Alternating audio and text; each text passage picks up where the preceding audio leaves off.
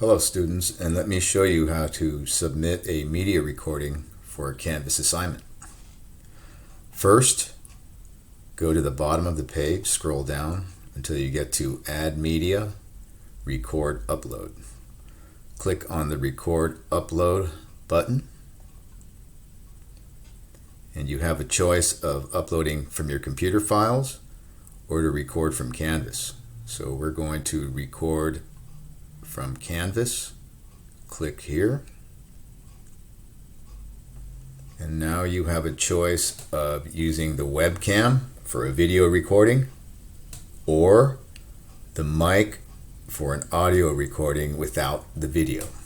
So here is the webcam for video and mic for just the audio.